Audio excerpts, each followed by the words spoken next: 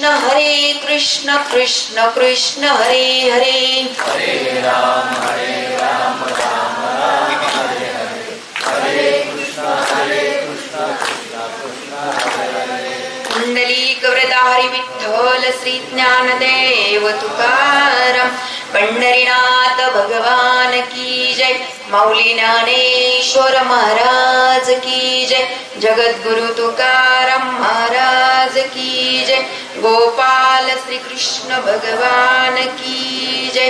अवधूत चिंतन सद्गुरुदेव दत्त, अपनी अपनी माता पिता की जय, धर्म की जय, अधर्म का विनाश हो, प्राणियों में सद्भावना हो, विश्व का कल्याण हो, गो माता की रक्षा हो, सरस्वती माते की जय, भारत माते की जय, छत्रपति शिवाजी महाराज की जय, धर्मवीर संभाजी महाराज की जय. हर हर महादेव. प्रस्तुत प्राप्त प्रसंगी आज प्रवचन सेवेनिमित्त आज जाचकवाडी येथे आज आपण सर्वांच्या कृपाशीर्वादाने आमच्यासारख्या पामराला, माझ्यासारख्या लेकराला आपण सर्वांनी आमंत्रित केलं. त्याप्रमाणे फापाळे परिवाराने आमंत्रित केलं. प्रथम सर्व फापाळे परिवाराचं मी आणि जाचकवाडी गावातील सर्व लहान थोर बंधू भगिनी आपल्या सर्वांचं मनापासून धन्यवाद मानते आणि आपल्या सर्वांच्या चरणी नतमस्तक होते. त्याचप्रमाणे आपल्या सर्वांच्या सन्माननीय आदरणीय अशा असणाऱ्या कैलासवासी, आदरणीय सन्माननीय कैलासवासी गंगा भागीरथी वेणूबाई बबनराव फापाळे, आपल्या सर्वांच्या आदरणीय मातोश्री आज आपल्यामधून गेलेला पूर्ण 10 दिवस झालेले आहेत. आज ह्या मातेने आपल्या परिवाराला एक चांगले संस्कार देऊन आपले लेकर घडवले. आज अतिशय सुंदर असे संस्कार देऊन आज 3 लेकरांना ही माय पर्क करून ह्या जगाचा इहलोकीचा निरोप घेऊन आज वैकुंठाची प्राप्ती झालेली आहे. आणि आज आईसाहेबांना आपल्यामधून गेलेला पूर्ण 10 दिवस झाले आहे. आणि 10 दिवसानंतर जो विधी असतोय त्या विधीला दसक्रिया विधी असे म्हणतात. आणि आजच्या दिवशी पिंडदान करून तिळांजली वाहून आईसाहेबांना आज आपण सर्व उपस्थित असणारे सर्व फापाळे परिवाराच्या दुःखामध्ये सहभागी झालेले सर्व नातेवाईक असतील, ग्रामस्थ असतील, भाऊबंद असतील, आज सर्वच मित्रमंडळी, राजकीय क्षेत्र असेल, शेतकरी वर्ग असेल, आज प्रत्येक क्षेत्रामधून आज आपण सर्वजण उपस्थित झाला आहात आणि फापाळे परिवाराच्या दुःखामध्ये सहभागी झाला आहात. तरी दुःखकीत परिवारामध्ये सन्माननीय आदरणीय असे असणारे आईसाहेबांचे 3 मुलं आहे.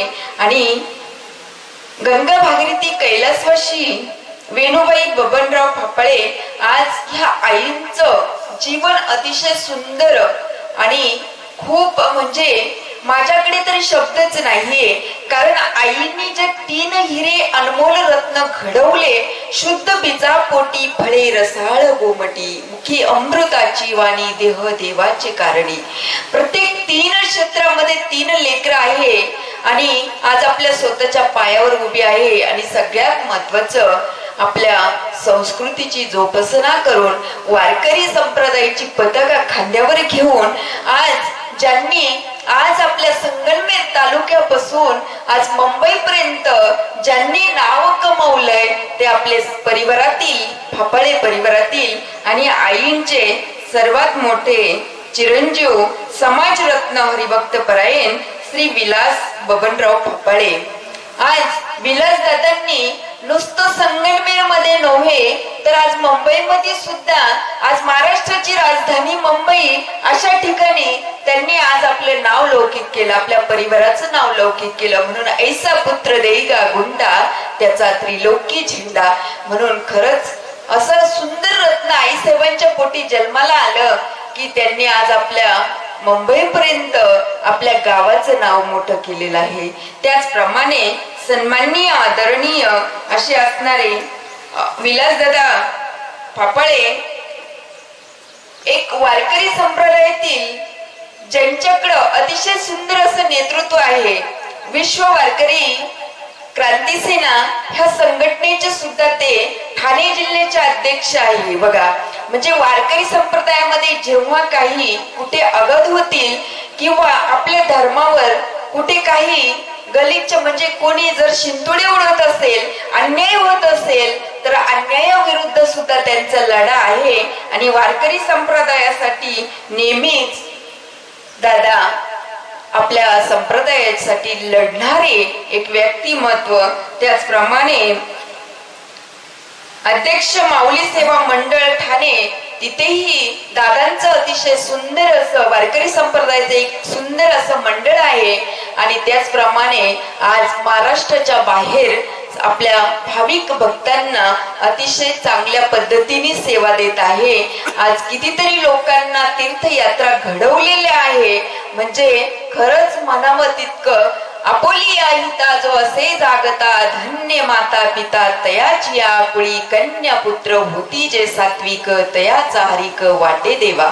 भगवंतालाही हरिक वाटावं असे जर रत्न आपल्या घरामध्ये जन्माला येत असतील, आपल्या गावामध्ये पवित्र ते कुळ, पावन तो देश, जे ते हरीचे दास जन्म घेती. खरंच आपलं गावही पवित्र आहे, तेव्हा असे अनमोल रत्न जन्माला येतात. त्याचप्रमाणे खरोखर आपल्या परिवारातील म्हणजे आईसाहेबांचे पती परमेश्वर बबनराव विठोबा फाफळे बाबाही एक वारकरी संप्रदायातील अनमोल हिराच होते. म्हणून त्या हिराच्या पोटीही हिरे जन्माला आले. कारण माझ्या वडिलांची मिरास ही गा देवा, तुझी चरण सेवा साधवया. म्हणून बाबांकडून जो वारकरी संप्रदायाचा वारसा चालत आला, म्हणून ह्या लेकरांना तो लाभला. आईसाहेबांचे दुसरे चिरंजीव श्री संजय बबनराव फाफळे, चेअरमन जाचकवाडी विकास सोसायटी, आणि त्यांचा व्यवसाय हे शेती, उत्कृष्ट शेती, उत्कृष्ट बागायतदार आणि गावातील सामाजिक कार्य करून त्यांनीही गावामध्ये आपलं नाव लौकिक केलेलं आहे. म्हणून दुसरेही चिरंजीव खूप चांगल्या पद्धतीने आपल्या कार्यक्षेत्रामध्ये ते त्यांचं नाव करत आहे. आणि त्याचप्रमाणे आईसाहेबांचे तिसरे चिरंजीव श्री भरत बबनराव फाफळे, माननीय उपाध्यक्ष व विद्यमान संचालक, यशो मंदिर सहकारी पतपिढी मर्यादित उद्योजक, तेही उद्योजक आहे. आणि त्यांचेही उपाध्यक्ष म्हणून विद्यमान संचालक यशो मंदिर सहकारी पतपिढी मर्यादित, याच्यामध्ये त्यांचेही खूप मोठं कार्य आहे. आणि त्याचप्रमाणे सुना, नातवंड, पतवंड एकूण 23 माणसांचं एकत्रित कुटुंब आणि वारकरी संप्रदायातील अग्रण्य कुटुंब, वारकरी संप्रदायाचा वारसा या परिवाराला लाभलेला आहे. आणि आई साहेब त्याही वारकरी होत्या, त्यांचे पती परमेश्वरही वारकरी होते आणि त्यांचे लेकरही वारकरी आहे. एक सामाजिक कार्यकर्ते असून, एक वारकरी संप्रदायाचा वारसा असून, एक गावामध्ये प्रतिष्ठित व्यक्तिमत्व असं हे कुटुंब आहे.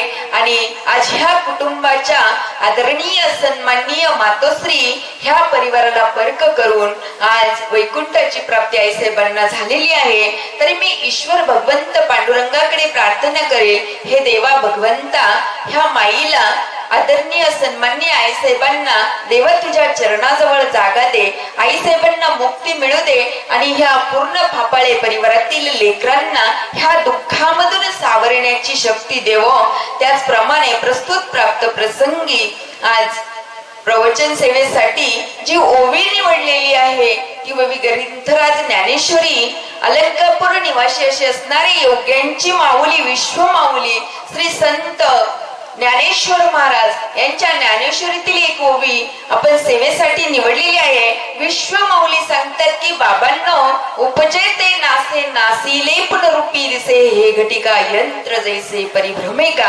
किंवा जगद्गुरु, जगत वंदनीय देहूचे सुप्रसिद्ध साधू म्हणजे जगद्गुरु तुकोबाराय यांचाही अतिशय सुंदर असा अभंग आहे की क्षणोक्षणी हाची करावा विचार तरावया पार भव सिंधू नाशिवंत देह जाणार सकळ अविष्य खातो काळ सावधान संत समागमे धरावी आवडी करावी तातडी परमार्थाची तुका म्हणे यह लोकीच्या व्यवहारे नका डोळे धुरे भरून राहू म्हणून आज आपल्याला संत मायबाप ह्या मृत्यू लोकी जन्माला येतात तुम्हा आम्हा जडजीवांचा उद्धार करण्यासाठी संत मायबाप जन्माला येऊन तुम्हा आम्हा जडजीवांना ह्या जीवनरूपी प्रवाहामधून तरुण जाण्याचा मार्ग दाखवणारे म्हणजे संत आहे म्हणून विश्वमाऊली व जगद्गुरु तुकोबाराय अतिशय सुंदर अशा पद्धतीने आपल्या सर्वांना जे ज्ञानदान केलं आहे तर विश्वमाऊली सांगतात की बाबांना उपजे ते नासे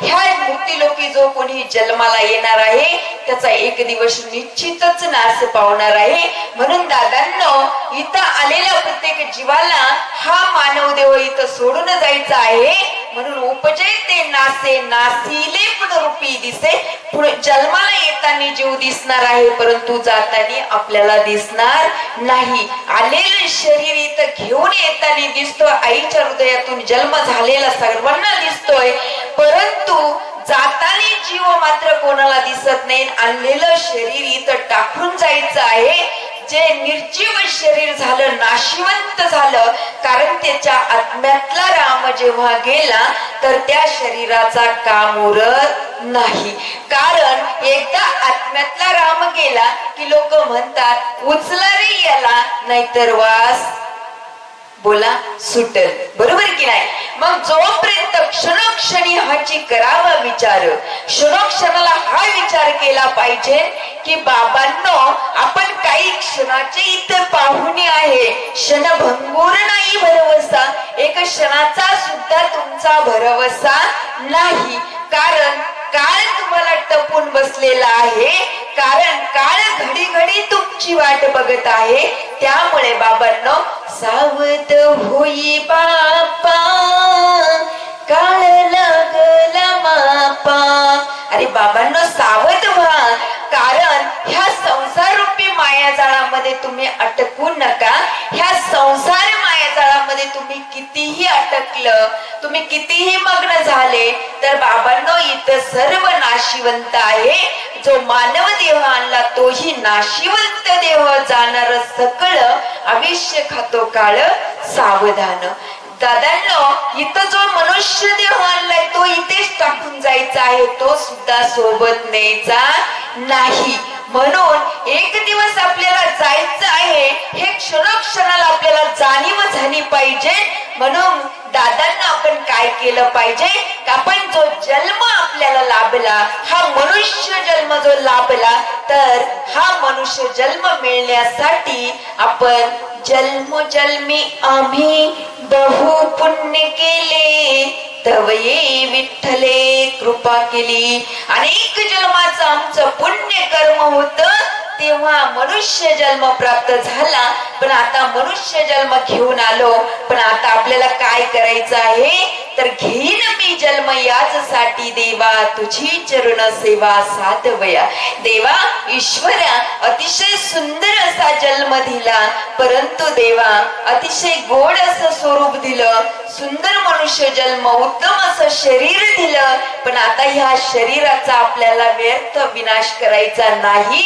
तर आपल्याला काय करायचं आहे सावध होई सावध होनी भजनी लागा देव करा कैवारी मग सावध व्हायचं ह्या मायाजाळामध्ये अटकायचं नाहीये तर ह्या मायाजाळामध्ये अटकलो आपण संसार रूपी मायाजाळामध्ये अटकलो तर ह्यो संसार कसा आहे संसार दुःख मुळ चहूकडे विंगळ विश्रांती नाही कोठे रात्रंदिवस तळमळ मग महाराज म्हणतात बाबा अरे मी सांगतोय ना तुम्हाला की अरे ह्या संसारूपी मायाजाळामध्ये अटकू नका, हे सगळे नाशिवंत आहे. अरे बाबांनो, तवे जगत गुरु तुकोबर कर जोडून विनवी तो तुम्हा, नका करू संसार श्रमा, नका गुंतू विषय कामा. तुम्ही आठवा मधुसूदना, तुम्ही वासुदेव वासुदेव म्हणा, तुम्ही वासुदेव वासुदेव म्हणा. अरे का म्हणा, तुम्ही का नामस्मरण करा. कलियुगी उद्धार हरीच्या नामे. ह्या कलियुगामध्ये सगळ्यात सोपं साधन सांगितलं नामस कीर्तन. साधन पै सोपे जळतील पापे जन्मांतरीचे. जन्मोजन्मीचं पाप जळण्यासाठी साधं आणि सोपं साधन म्हणजे नामस्मरण सांगितलं. कारण याला तुम्हाला काय करावं लागत नाही, तुम्हाला पैसे द्यावा लागत नाही. बरोबर की नाही. पैसे देऊन जर नामस्मरण घ्यायचे, मग लोक म्हणते नको बाबा कशाला, फुकट भेटत असलं. जिथं भंडारा आहे तिथं खूप गर्दी असती की नाही. बरोबर की नाही. लोक म्हणतात बघा, जुनी म्हण आहे, जिकडं घोगऱ्या तिकडं उदे उदे. तसं भंडारा असल्यावर खूप गर्दी असते, भंडारा नसल्यावर गर्दी कमी असते बघा. आता त्याच्यामुळे जास्त करून गावात जर सप्ताह असेल तर पहिले कीर्तन ठेवले, नंतर जेवण ठेवले. लोक जेवतात तर निघून जातात, कीर्तनाशी काही घेणं देणं नाही. आणि अस्तित्वात गावकरी नामस्मरण कशासाठी, की जेणेकरून तुम्हाला कुठे तीर्थला जाता येत नाही, जेणेकरून तुम्हाला नामचिंतन ऐकण्यासाठी वेळ नाही. बाबांना शेतकरी परिवार आहे आपला, मग आपल्याला वेळ नाही. मग कामामध्ये काम काही म्हणा राम. मग याच्यासाठी आपल्याला गावामध्ये चिंतन भेटते, पण आपल्याला ते घेता येतंय का, नाही. मग ठाईच बैसोनी कराई चित्त आवडे अनंत आळवा. रामकृष्ण हरी विठ्ठल केशवा मंत्र हा जपावा सर्व काळ. आहे गरज कशाची, एका जागेवर कुठं काम करत असलं तरी पण नामस्मरण करा. परंतु आपल्याला ते वेळ भेटत नाही. आपण कुठे गुंतलो मायाजाळामध्ये. माझी लेकरं, माझी गाडी, माझं घर, माझी शेती, माझं सगळं काही. आणि एक दिवस मग लागली यम शंकला. मग यम आला एक दिवस, आणि मग तो आल्यावर म्हटला, अय चल भाड्याचं आणलंय, कर खाली, निघ, तुझ्या बापाचं नाही. तो आल्यावर तिथं काही चालतंय का, चालतंय का. किती दिवस उड्या मारत होतो आपण, माझं शरीर, माझं घर, माझी गाडी, माझा बंगला. पण तो बाप आल्यावर त्यांनी खाली कर म्हटल्यावर चिंगाट पळलं निघालं. बरोबर आहे की नाही. बरं नाही ऐकलं तर ते काय असं प्रेमाने, ते काय आपली आई बाप आहे का, ते म्हणून चाल बस मांडी उभा हो, तोंडावरून हात फिरून चल बाबा आता जायचं असं म्हणताय का. ते मग मात्र दाडा मुठी आवळून तुम्हाला मग ती कसे अवस्थेत नेईल ते तुम्हाला त्यावेळेस कळेल. आता बरोबर की नाही. आता सांगून उपयोग नाही. बरोबर आहे की नाही.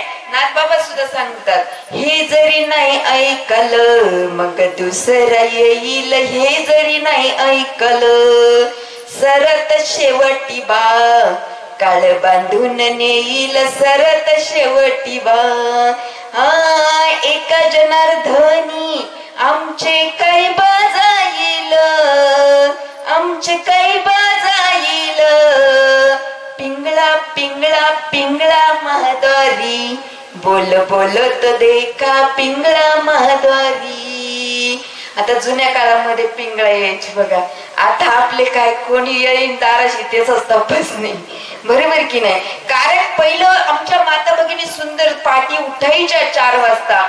बघा किती शुभचिंतन कानावर ऐकायला मिळायचं. पाठी उठून त्या जात्यावर ओव्या गायच्या. किती सुंदर आपल्याला संस्कार मिळत होते त्यामधनं. पण आता जातच राहिलं नाही, त्याच्यामुळं कुणीकडं भरकटायला लागली. बरोबर का नाही.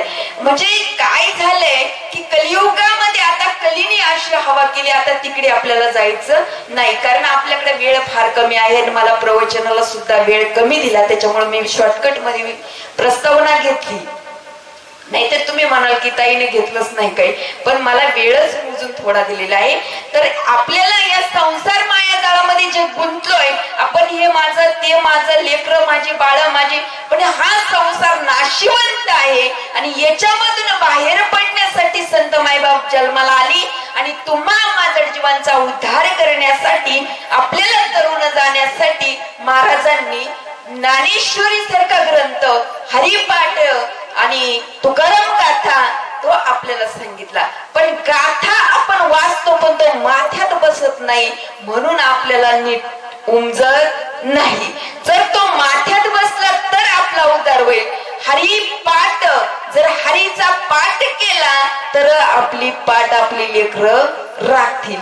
पण आपण हरी पाठच केला नाही, आपण फक्त नुसतं वर वर मयान फुकाट रडग भया, नाही का?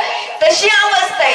आपण फक्त दुःख आले की देव आठवतो आणि सुखामध्ये मात्र आपल्याला सुख सोहळे आठवतात. त्याच्यामुळे जर समजा तुम्हाला जर दुखतच नाहीये आणि तुम्ही जर इंजेक्शन घेण्याचा प्रयत्न केला, तुम्हाला त्याची किंमत कळेल का? मग तुम्हाला जेव्हा दुःख आहे तेव्हा तुम्हाला जर तुम्ही दवा घेतली त्याचा रिझल्ट तुम्हाला भेटेल. त्याप्रमाणे जीवनामध्ये जर दुःख नसते, सुखाची किंमत सुद्धा कळाली नसती. मग याच्यासाठी जर आपल्याला अज्ञान रूपी मायाजाळातून बाहेर काढण्यासाठी संत मायबाप नसते तर जीवन जगणं आपल्याला कळलं नसतं. मग याच्यासाठी संत मायबाप आपल्याला वारंवार सांगतात, किती सांगू परी भटकीचे न ऐकती, पुढे शिंदळीचे रडतील. मग कधी रडतील बघा. आता एका दृष्टांताद्वारे सांगते बघा. एका गावामध्ये सुंदर असा परिवार होता, शेतकरी परिवार होता, अतिशय सुसंस्कार असणारं कुटुंब, प्रतिष्ठित कुटुंब गावातील शेतकरी. आता गावामध्ये जे व्यक्ती होते ते माऊली होते, ते शेतकरी असून गावामध्ये समाजसेवा करण्याचं काम करायचे. आता त्यांच्याकडे कालांतराने गावातील पाटीलकी आली, योगायोगाने आणखीनही गावाचं कार्य त्यांच्याकडे येऊ लागलं. त्या समाजसेवेच्या माध्यमातून गोरगरीब लोकांना मदत करणं, वेळोवेळी लोकांना सहकार्य करणं, याच्यामध्ये त्यांचा जास्त वेळ जाऊ लागला. आता शेती असल्यामुळे शेतीकडे लक्ष नाही, घरी बायको, 2 मुलं, अतिशय चांगला संसार, परंतु समाजसेवा करत असताना त्यांना वेळ मिळाला नाही. शेतीची नुकसान झाली. एक तर आज तुम्हाला सगळ्यांना अनुभव आहे, मजूर कसे झाले, बरोबर की नाही? तर आज शेतीकडे लक्ष न दिल्यामुळे आणि इकडून तिकडून जर माल पिकवला तर याला सुद्धा सरकार भाव देत नाही. आणि जर माल एक तर पिकवला सरकार बाजार देत नाही, आणि एक तर सरकारने बाजार दिले तर बळीराजा पडत नाही. शेतकऱ्याची अवस्था अशी आहे, सांगताही येत नाही आणि मनातही ठेवता येत नाही. त्याच्यामुळे बरेच मायबाप शेतकरी आत्महत्या करत आहे. तर दादांनो, ज्या वेळेस त्या कुटुंबातील व्यक्ती समाजसेवेमध्ये वेळ देत होते, इकडे घराची परिवाराची नुकसान होऊ लागली. मग त्यानंतर इकडे शेतीमुळे शेतीची नुकसान झाली, वाढू लागलं. इकडे समाजसेवा करताय, लोकांमध्ये मिरवताय. मग आता एकदा समाजसेवेचा जो किडा लागला तो किडा काही चांगला नसतोय. एक तर तो चांगलं करतो, नाही तर पूर्ण उद्ध्वस्त करतो. आता तिकडे वेळ दिल्यामुळे ह्या माऊलींना काय झालं की समाजसेवा करता करता इकडे शेतीचं नुकसान झालं, घरची आर्थिक परिस्थिती बिघडली आणि मात्र ते कर्जबाजारी झाले. मग आता काय करायचं? मग मित्रांनी सल्ला दिला, भाऊ एक करा म्हणे, गज बापाने कमवून ठेवलंय, गज बाप जाद्याची इस्टेट आहे, कुठं कमी आहे तुम्हाला? मित्र चांगला सल्ला कधीच देत नाही, तुम्हाला सांगते. तर एखादा 1-2 काढून टाका, एकर काय फरक पडतो म्हणे तुम्हाला, भरपूर जमीन आहे. त्यांना पण पटलं. आपण चांगला सल्ला दिला कोणाला पटत नाही, फायद्याचा सल्ला पटत नाही, नुकसानीचा पटतो. त्याला पटला, त्याने पटकन 1-2 एकर वावर काढून टाकलं, लोकांचं कर्ज मिटवलं. त्याला वाटलं आता कर्ज मिटलं, आता टेन्शन राहिलं नाही, आता माझं चांगलं होईल, आता टेन्शन नाही. कर्ज मिटलं. पण आता तुम्ही सांगा, कर्ज कधी मिटलं का जीवनातलं? तुम्ही समाधान आहे का कधी जीवनामध्ये? तुम्हाला असं वाटतंय आता उद्याचा दिवस उगला, माझं सगळं दुःख कमी होईल. झालंय कोणाचं कमी? ह्यो जीव आहे तोपर्यंत माणूस समाधानी आहे नाही.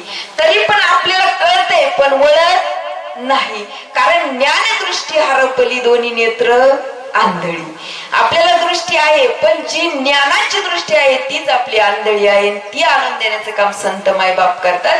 त्या व्यक्तीला वाटलं आता कर्जातून मुक्त झाला, आता मी चांगला परत कारभार करेल, गावामध्ये परत मिरवेल, माझं सगळं काही व्यवस्थित होईल. आता त्याला फक्त क्षणिक समाधान वाटलं बरं का. क्षणोक्षणी हाची करावा विचार. क्षणिक समाधान वाटलं. आता गावामध्ये परत सुरू झाला. आता परत कर्ज चालू झाली. आता परत कर्ज चालू झाल्यामुळे काय झालं माऊली, परत कर्ज झालं. परत मित्रांनी सांगितलं अरे परत ठोकून टाक. याने थोडी थोडी, बरं एकदा माणसाला लालच लागली होती जाती का, जितेची खोडे मेल्याशिवाय जाती का. मग त्याने थोडी थोडी म्हणतात सगळी जमीन ठोकून टाकली. तेवढी नाही तर राहिलेलं घर सुद्धा विकून टाकलं. कोण आलं रस्त्यावर, लेकर बाळ, बायको आणि लेकर.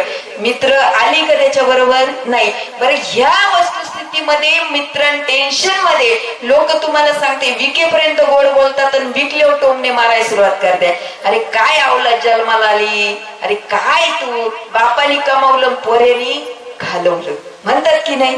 लोक अशी टोमणी मारायला लागले. त्याला यायला लागलं टेन्शन आले. आता बरेच जण कुणी जातात, बरंच काही पितात बर का. तर महाराज अशा अवस्थेमध्ये मित्र काही त्याला भरकटवत होते. तो व्यसनाच्या आहारी गेला. व्यसनाच्या आहारी गेल्यावर माणूस पूर्ण बदनाम होतो. नुसता बदनाम होत नाही तर बरबाद सुद्धा होतो. आता पुरुषाची ज्यावेळेस व्यसनाच्या आहारी गेला, कुटुंबाची आर्थिक सगळं संपलं, कुटुंब रस्त्यावर आलं आणि ती माता भगिनी माय माऊली मात्र त्या लेकरांसाठी आपल्या शेजारी पाजारी लोकांकडे मोलमजुरी करून त्या लेकरांचा उदरनिर्वाह करू लागली. त्या लेकरांसाठी ती माय माऊली धडपडू लागली. कारण या माऊलीला हात जोडून हा माऊली काय सुधरणं. शेवटी त्या माईला 2 लेकरांसाठी तिला जीवन जगायचं होतं, लेकर घडवायची होती आणि त्या माईला मात्र बापाचं नाव कमवायचं होतं. आता याच्यासाठी ती कोणाची धुणी भांडी कर, कोणाचं शेतात काम असेल ते कर, असं करून करून ती माय माऊली रोज आपल्या लेकरांचं शिक्षणाचं बघायची, घरामध्ये खाण्यापिण्याचं बघायची. असं करत करत ती संसाराचा गाडा मात्र ती माय माऊली उडत होती. आता याच्याकडलं सगळं संपलं. आता मित्रही संपली. बघा कबीरदास महाराज सुंदर सांगतात, खाने पीने को पैसा हो तो जोर बंदगी करे, एक दिन खाना नहीं मिला तो फिर से जवाब करे. आता बघा जोपर्यंत घरामध्ये परिवारामध्ये खायला प्यायला भेटतंय तोपर्यंत बायको मुलं सगळे गोड गोड बोलतात. ज्या दिवशी तुम्ही काहीच उपयोगाची नाही त्या दिवशी सगळीकडून राग होतो. मग तुमचे स्वैरे धायरे सखे सोबती सगळे दूर जातात. आणि जर तुम्ही प्रतिष्ठित व्यक्ती असेल, लांबचा सुद्धा म्हणतो नाही हो तो माझा लय जीवच आहे, लय जीव लगे, माझा नातेवाईक आहे, माझा सखा आहे. पण सखा जीवाचा जरी असला, तुम्ही जर रस्त्यावर आले तर तो म्हणतो मी ओळखत नाही. सब पैसों की भाई दिल का साथी नहीं कोई. जोपर्यंत तुमच्याकडे पैसा आहे तोपर्यंतच लोक तुम्हाला दादा मामा म्हणतील. तुमचं संपलं, तुम्हाला ओळख कोणी देणार नाही. मग याची अवस्था अशी झाली. पण व्यसनाच्या आहारी गेल्यामुळं त्याला काही जमन. तो मित्रांकडे पैसे मागायचा, लोक काही काम म्हटलं तरी ते करायचं, पण पैसे द्या म्हणायचं, ते थोडं फार पिऊन यायचं. त्याच्याशिवाय त्याचं जगणं अशक्य झालं. एक दिवस असाच तो मित्रांना म्हणत होता, अरे ज्या मित्रांना यांनी जमीन गाडी बंगला सगळं विकून पोसवलं, ज्यांना धाब्यावर जगवलं, रात्रंदिवस जे सोबत होती ती लोक आता याला साधं जवळही बसू देत नव्हती. आता याला प्यायला पैसे देण्यासाठी ते याच्याकडून काम करून घ्यायची. बघा अवस्था माणसाची. याच्याकडून काम करून घ्यायची, तेव्हा याला 5-50 द्यायची, मग हे पिऊन घरी जायचं. बघा किती बेकार जीवन असते. अशा वेळेस त्याला पिण्यासाठी तो मित्रांना हात जोडत होता, विनंती करत होता. त्या शरीराचा कापरा चालू होता.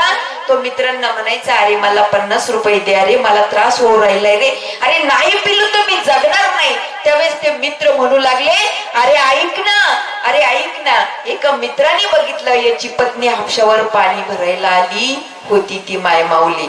आता ती मायमाऊली आपलं पाणी हापसत होती. तिला पटकन हांडा भरायचा होता, घरी जायचं होतं, स्वयंपाक बनवायचा होता, कोणाच्या तरी शेतावर मजुरीसाठी जायचं होतं. कारण जर ती नाही कामाला गेली तर घराचा उदरनिर्वाह होणार नव्हता. ती माय आपली पटकन पटापट हापसत होती पाणी आणि तेवढ्यामध्ये एकाने बघितलं, अरे म्हणे हाय चान्स घे हातून. तिकडे बघ त्याची बायको आली. तिसऱ्या मित्राने त्याला खुणवलं, त्याने त्याला खुणवलं. शेवटी एकमेकाला खुणवून एकमेकाला हे करून एक जण म्हटला देतो 50 काय देतो 100 देतो, पण आम्ही सांगू ते करशील का? हे म्हटलं तू जे म्हणशील ते मी करतो, फक्त मला 50 रुपये दे. तो म्हटला नक्की? हा म्हटला नक्की. तो म्हटला पैसे नंतर, पहिलं काम अगोदर. हा म्हटला पहिलं मी काम करतो नंतर पैसे द्यावा, विश्वास नसेल तर. म्हणे मग आई काय करायचं आहे ते? त्यांनी सांगितलं हापशाव आलेली बाई ना, त्या बाईच्या जाऊन कंबरडामध्ये लात मारायची ना आमच्यापाशी येऊन पैसे घेऊन जायची. बघा, बाईच्या कंबरड्यात लात मारून आमच्याकडून 50 नाही 100 घेऊन जायचे. त्यावेळेस तो क्षणभर त्या माऊलीकडे बघू लागला. ज्यावेळेस त्याने त्या माऊलीकडे बघितलं, स्वतःची पत्नी हापशावर पाणी भरते. आता त्या पत्नीच्या कंबरड्यात लात मारून आपल्याला 100 रुपये मिळताय, पण काय करावं? 100 रुपये तर पाहिजे, कारण जर नाही दारू पिलो तर आता माझं जगणं सुद्धा अशक्य आहे. आणि जर पत्नीचा गुन्हा नसताना तिला लात मारावं, ह्योही सुद्धा चुकीचा निर्णय आहे. अशा अवस्थेमध्ये तो विचार करत होता. पण तेवढ्यामध्ये दुसरा मित्र म्हटला, तुझ्यासारखाच काम नाही, येर गबाळाचं काम नाही, तर जातीचेच पाहिजे. हे म्हटलं शांत बस, मी अजून नाही तरी कुठं म्हणलोय, अजून नाही तरी कुठं म्हणलोय. म्हणे मग कर ना पटकन, कशाला चांगल्या कामाला वेळ लावतो. ह्यो लगेच गेला. ती माय माऊली आपली हापसत होती, तिच्या नादात होती. हे जसं गेलं, माऊली त्या माईच्या धाड दिशी कंबरडामध्ये लात मारली. माय माऊली धाडकन पडली. ती माय माऊली तिच्या अंगातील जो ब्लाऊज होता, तो झंपरी होता, तो फाटला होता. त्याला शिवून त्या माईने थिगळं देऊन त्या लुगड्याला आणि त्या झंपरला ती माय आपली लज्जाचं रक्षण करत होती. कारण तिच्याकडे कष्ट करून आपल्या परिवाराला, लेकरांना वाढवायचं होतं. ती 1 रुपयाचं मत होती. पण ज्या झंपरला तिने झाकलं होतं, पदराच्या आडून ती माय माऊली लज्जा झाकत होती. त्या पती परमेश्वराने त्या माईच्या कंबरडात लात मारून तिची लज्जा समाजासमोर उघडी केली. त्या माईने ज्या वेळेस आपल्या डोक्यावरचा पदर पडला, सगळ्या समाजासमोर तिचं शरीर दिसू लागलं. लज्जास्पद त्या माऊलीला वाटलं. तिच्या डोळ्यातून असूच्या धारा वाहू लागल्या. ती माय त्यावेळेस भगवंताला, पांडुरंगाला, देवाला प्रार्थना करू लागली, ईश्वरा, अरे देवा, अरे का बाईचा जन्म दिला आम्हाला?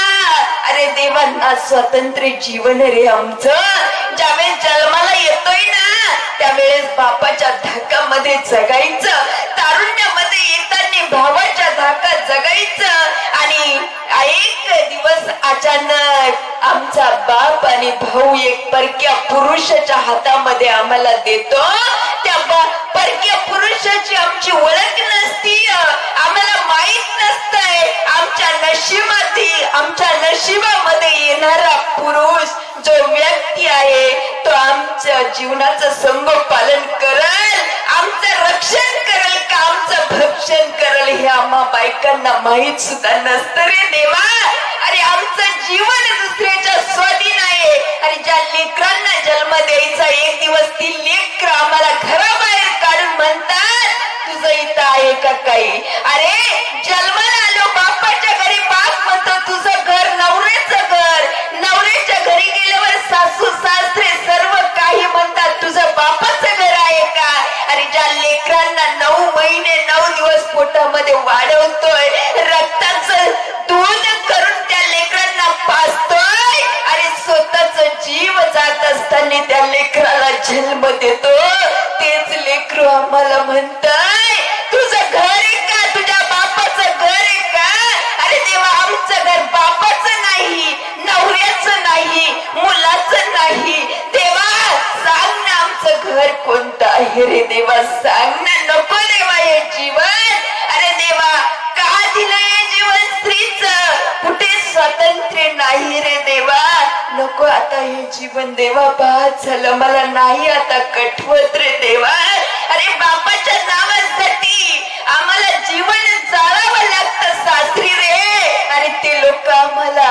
एक कोणीतरी मोलकरीण म्हणून वागवतात रे.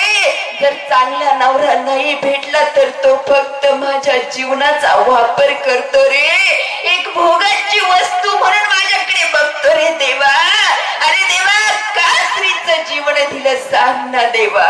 कोणत्या जन्माचं पाप केलंय रे देवा सांग ना.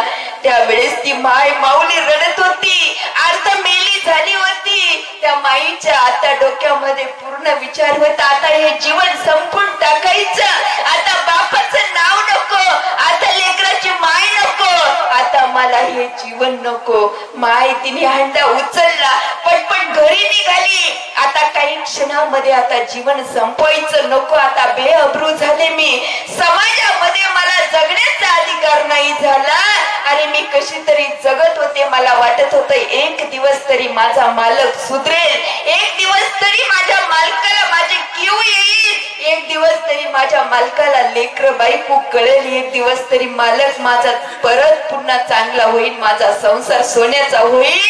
पण ज्या मालकाने भर रस्त्यावर माझी आबरू काढली, आता नको तो मालक आणि नको ते जीवन. देवा आता बाद झालं, आता नको रे देवा. आता इथं माझं घर नाहीच ना. मग देवा तू तरी मला तुझं घर देशील का सांग ना देवा. तुझ्या घरी घेऊन जाशील का देवा. बस झालं जीवन. ती माय घरी गेली, हांडा टेकवला आणि आता काही क्षणामध्ये हे जीवन संपायचं. त्या माईने पटकन साडी घेतली आणि आढ्याला बांधली. आता फाशीचं दावा तयार केलं होतं, गळफास तयार झाला होता. काही क्षणामध्ये जीवन संपायचं होतं, हे जगाचा निरोप घ्यायचा होता. त्या माईने गळफास तयार केला आणि त्या गळफासामध्ये त्या माईने मात्र डोकं घातलं. त्या क्षणाला त्या माईचं छोटस नन्नस लेकरू हंबरडा फोडत आला. अगं आई ग, अगं काय करते तू. आई, अगं भूक लागली ग मला. छोटस नन्नस लेकरू त्या आईकडे भाकर मागतय. आई ग, भूक लागली, जेवायला देतीस का. त्या माईने गळफास मुंडक्यात घातला होता. काही क्षणामध्ये तिचं जीवन संपणार होतं. तेवढ्यामध्ये तिचं लेकरू आलं. छोटस लेकरू आईला भाकर मागतय. गळ्यातला गळफास गळ्यात धरला. ती विचार करू लागली, देवा काय करू सांग ना. लेकराकडे बघून मरता येईना, नवऱ्याकडे बघून जगता येईना. देवा सांग ना काय करू रे. ना मरू देतय ना जगू देतय. अरे का जीवन दिलंय असं मला सांग ना देवा, काय करू रे. तेवढ्यामध्ये दुसरं लेकरू आलं. ते लेकरू आईच्या पायाला मिठी मारली. ते लेकरू म्हणत, आई ग, अगं तू काय करते, येडी झालीस का. अगं आई, तू जर जीवन संपवलं तर आम्हाला कोण सांभाळेल ग. आमचा बाप तर दारू पीत फिरतोय, तो घरी कधी येतोय त्याचाच भरोसा नाही ग. अगं तू मेल्यावर कोण आहे आमच्या जीवाला. अगं कोण आम्हाला लहानच मोठं करेल, कोण आम्हाला सांभाळेल सांग ना ग आई, कोण आम्हाला सांभाळेल. मग तुला मरायचंच आहे ना, मग तुझ्या अगोदर आमच्या गळ्याला फास लाव आई. आमचं जीवन पहिलं संप आणि मग तू मर ग आई. त्या क्षणाला गळ्यातला फास माऊलीने लांब फेकला. स्वतःच पोटचं लेकरू आम्हाला मार म्हणताय. ती माय त्या लेकराला हृदयाला धरून हंबरडा फोडून मोठ्या मोठ्याने रडू लागली.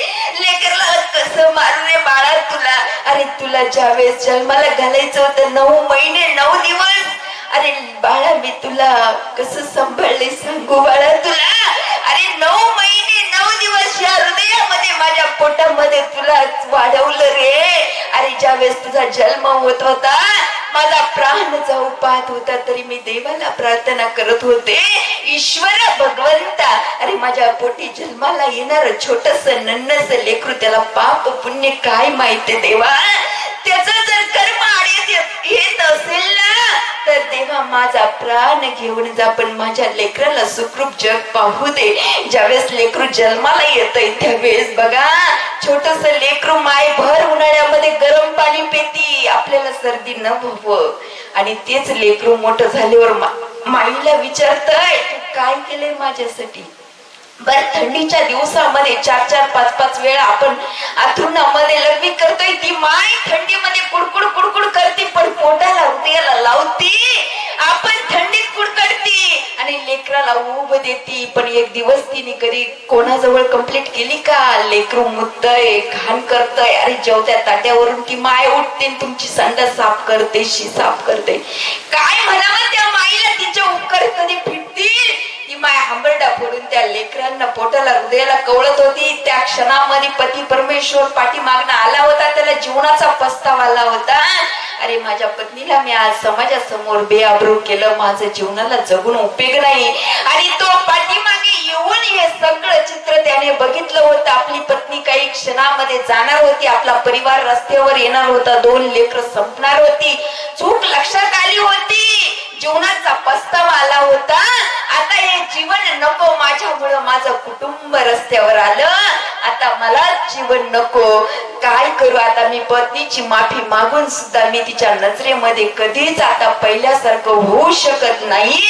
आता पत्नीच्या नजरेमध्ये मी नजर मिळू शकत नाही, लेकरांच्या नजरेत मिळू शकत नाही, समाजासमोर मी नजर मिळू शकत नाही, माझ्या जीवनाला अर्थ नाही. तसाच पावलाने मागे गेला, विहिरीमध्ये उडी टाकली, जीवन संपून टाकलं, कुटुंब उद्ध्वस्त झालं. दादांनो, आज एका व्यसनाच्या आधी गेल्यामुळे आज एक प्रतिष्ठित कुटुंब रस्त्यावर आलं. लेकरं बाळ बायको सर्व कुटुंब रस्त्यावर आलं. दादांना फक्त एवढंच सांगेल, जाता जाता एवढंच सांगेल दादांना, की प्रत्येक व्यक्तीने आज जो परिवार आपला फापळे परिवार आहे, आपल्या आई साहेबांनी ह्या 3 लेकरांना जसे संस्कार दिले, असे संस्कार प्रत्येक माय माऊल्यांनी दिले पाहिजे. प्रत्येक माय माऊलीने छत्रपती राजासारखा राजा जन्माला घातला पाहिजे, विश्व माऊली सारखं लेकरू जन्माला घातलं पाहिजे, तुकोबा ज्ञानोबा सारखे लेकर जन्माला घातली पाहिजे. नाही काही करता आलं ना माय माऊल्यांना, पण आपल्या लेकरांना आपला धर्म शिकवा, आपली संस्कृती शिकवा, त्यांना हरिपाठ पाठ करायला लावा.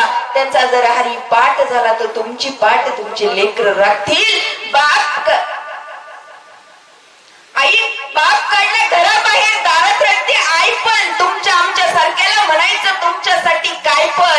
आमच्यासारखे कीर्तनकारांचे किती पाकिट भरले, आमच्यासारख्या कीर्तनकारांना किती तुम्ही दर्शन घेतले, अरे किती पंढरपूरच्या वाऱ्या केल्या, अरे काही केलं, पण आई बापांना जर त्रास दिला नाही, याद राखा, तुम्ही काही केलं तरी तुमचं पाप धुतले जाणार नाही.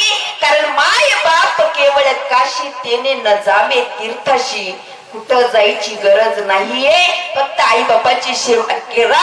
जगाचा बाप पुंडलिकाने विटेवर उभा केला, पुंडलिकाने फक्त आई वडिलांची सेवा केली. पुंडलिक कुठं दिंड्या जीव घालाय गेला नाही, कोणत्या महाराजाच्या पाया पडाय गेला नाही, आई वडिलांची निष्ठेने सेवा केली. आई वडिलांची सेवा पाहून जगाचा बाप पांडुरंग परमात्मा प्रगट झाला. पुंडलिकाला सांगितलं, पुंडलिका काय पाहिजे माग, साऱ्या जगाचा बाप आहे मी. पुंडलिकाने सांगितलं, जो कोणी असेल तिकडे लांब थांब, कारण मला जन्म ज्याने दिला तो माझा बाप माझ्या मांडीवर झोपला.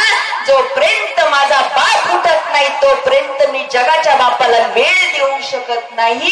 त्या वेळेस भगवंतानी सांगितलं, अरे पुंडलिका जगाचा बाप आहे, सगळी सत्ता माझ्या हातामध्ये आहे, काय पाहिजे ते माग काही क्षणामध्ये देऊ शकतो. पुंडलिकाने सांगितलं, अरे तू सगळ्यांचा बाप आहे, पण माझा बाप महत्वाचा आहे. माझा बाप ह्या जगात नसता तर मला जगाचा बाप कळाला नसता.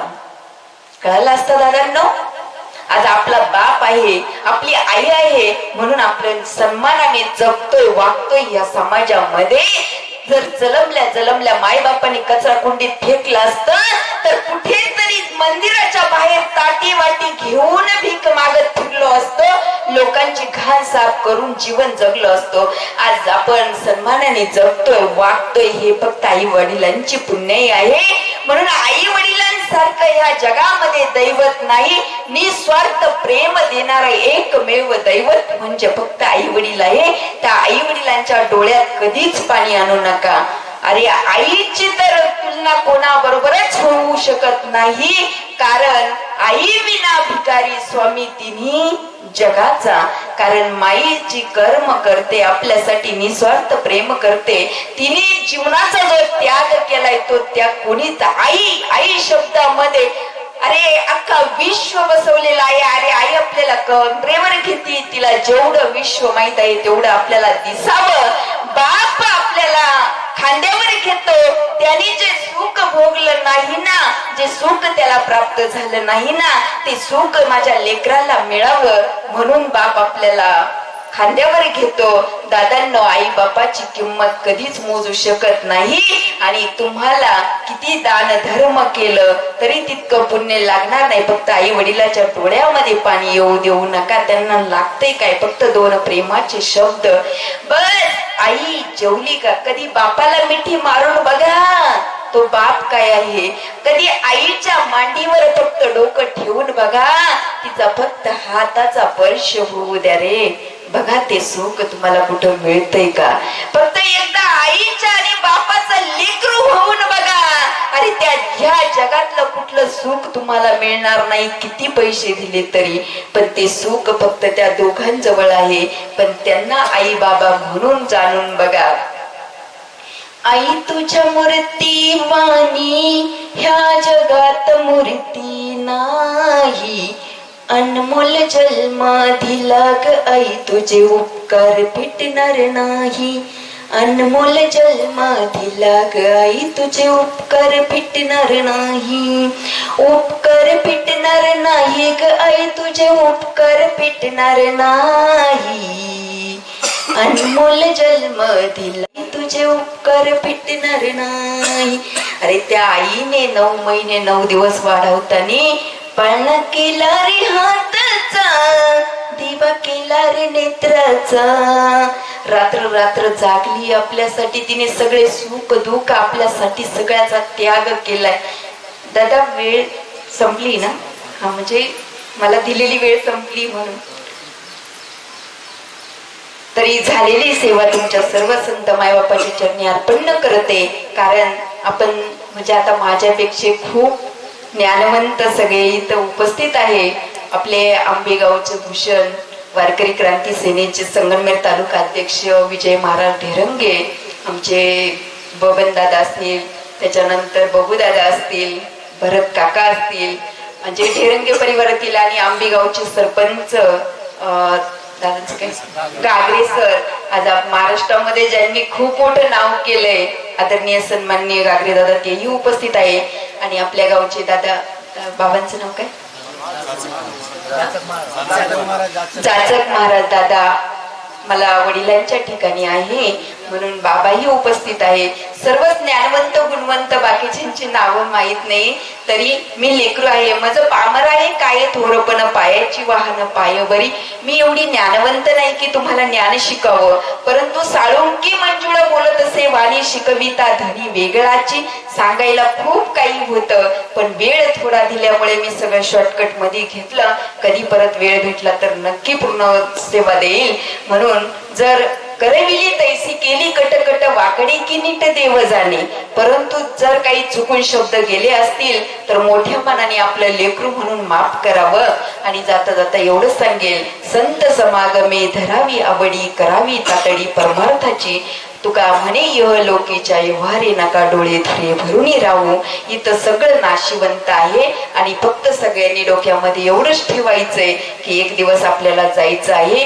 धन मिळविले कोट्यान कोटी, धन मिळविले कोट्यान कोटी. संगे नाही रे नाही, सोबत नाही रे नाही, लंगोटी सुद्धा येणार नाहीये. त्यामुळे सगळ्यांनी एकमेकाचा आदर करा, एकमेकाला प्रेम द्या, एकमेकाच्या सुखादुखामध्ये सामील व्हा. कारण त्याच्या इतकं पुण्य कशामध्येच नाहीये.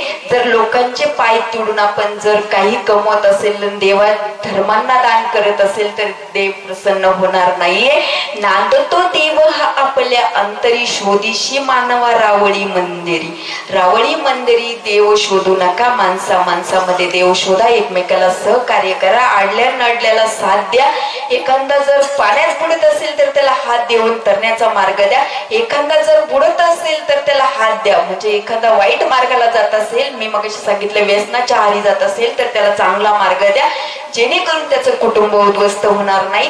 एक चांगले संस्कार देऊन लेकरं घडवले तरी आपली पंढरी घरातच आहे म्हणून पुढे जायची गरज नाही. ठाईचं बैसोनी करा एक चित्ता, ठाई वारीच वैसोनी करा एक चित्त आवडे अनंत आळा राम कृष्ण हरी विठ्ठल केशव मंत्र हा जपावा सर्व काळ या विना अनिक असता पै साधन वाहतसे आन विठोबाचे तुका म्हणे सोपे आहे सर्वाहुनी शहाणा तोची धनी घेत असे. म्हणून इथं आलेल्या सर्वांना विनंती असेल जो शहाणा असेल त्यांनी घ्या आणि जे माझ्यापेक्षा ज्ञानी असेल त्यांनी सोडून द्या. झालेली सेवा तुमच्या सर्वांच्या चरणी अर्पण. विठ्ठल विठ्ठल